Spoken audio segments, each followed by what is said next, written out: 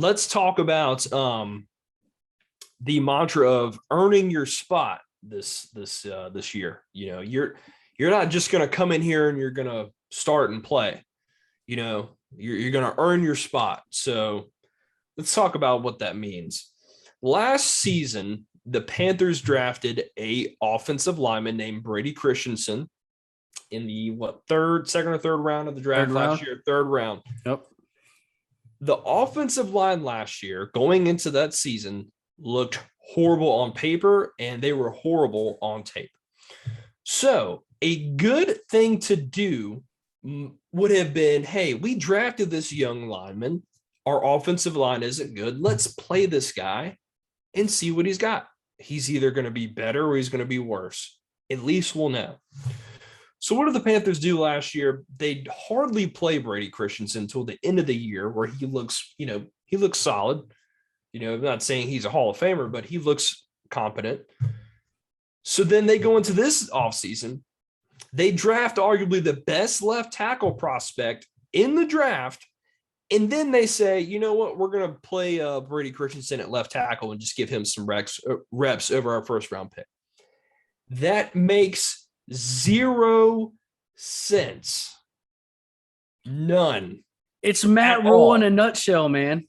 I mean, what more of a Matt Rule thing could you do besides draft a player who plays a position of need and then refuse to put him there for almost an entire season just so you can draft a better option the next year and then not let him play that spot because you have the guy you wouldn't let play that spot last year when you really needed him in that spot.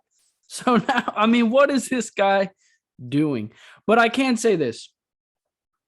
The reports from today are that he finally got some real opportunities in that spot with the first team, which is good news. And ultimately, I think he will end up there.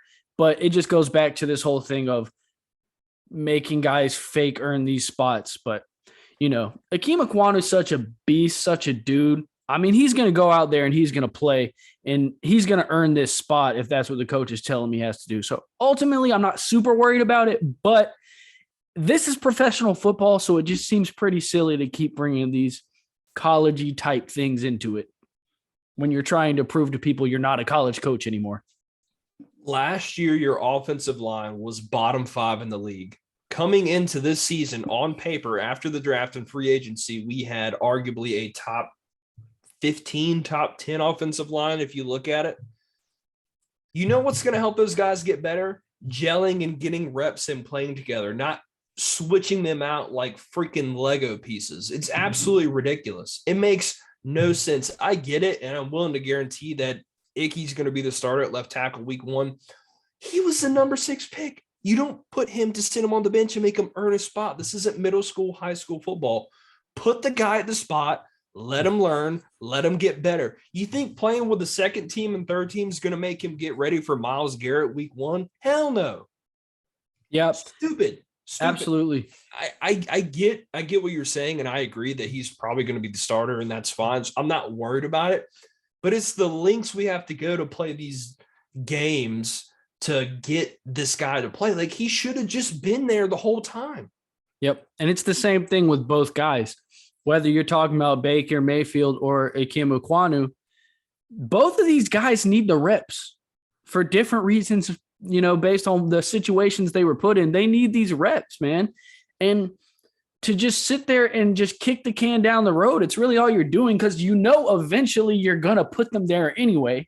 What is with the charade? Like, we all know what these guys are here for. Why are we pretending like we have all these competitions? Like, we have positions that have legitimate competitions: wide receiver, cornerback, safety. We're deep at those positions. We have a lot of talented guys. There are going to be some good players getting cut. We don't have that problem at quarterback. Like, we don't have too many quarterbacks. We know who's starting at quarterback. So it's just, I don't know. It's pretty silly, but it is what it is. It is what it is, and hopefully it will get itself ironed out quickly. But it's just, come on, man.